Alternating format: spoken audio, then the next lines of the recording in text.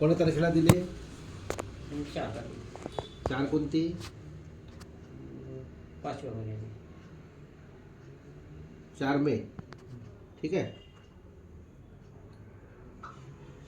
आला एक विषय. आता याच्यामध्ये काय आलेलं आहे?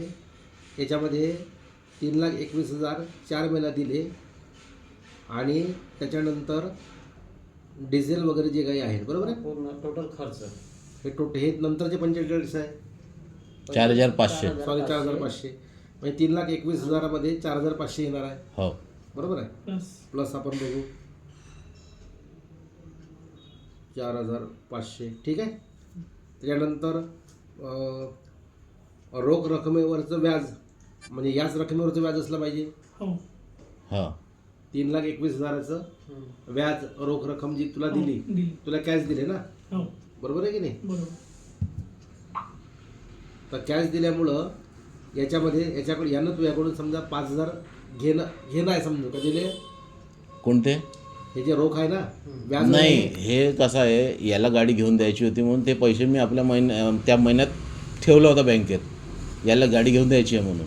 आता मी तर प्रत्येक महिन्याची इन्स्टॉलमेंट तर मी तर भरतच आहो, पण याच्याकडून मी एक ते 5,000 रुपये व्याज म्हणूनच. तुझ्या गाडीचा विचार करू राहिला ना. माझ्या गाडीची नाही, याच्यासाठी ठेवली. नाही मान्य आहे ना. गाडी याची याला घेऊन द्यायची आहे. हो. असं आहे ना. मग गाडी घेऊन द्यायची आहे तर तू तुझ्या गाडीवर लोन काढलं म्हणतं ना. हो.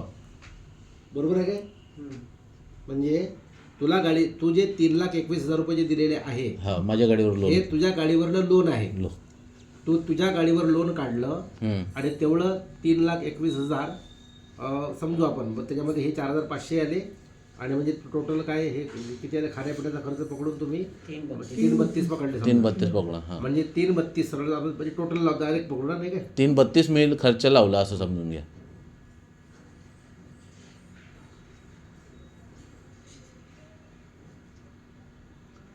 म्हणजे 3,32,000 रुपये 3,32,000 रुपये यानं तुला दिले. सरळ समजू का, तुला तेवढे देणं आहे. बरोबर आहे. आता हे 3,32,000 तुला देणं आहे.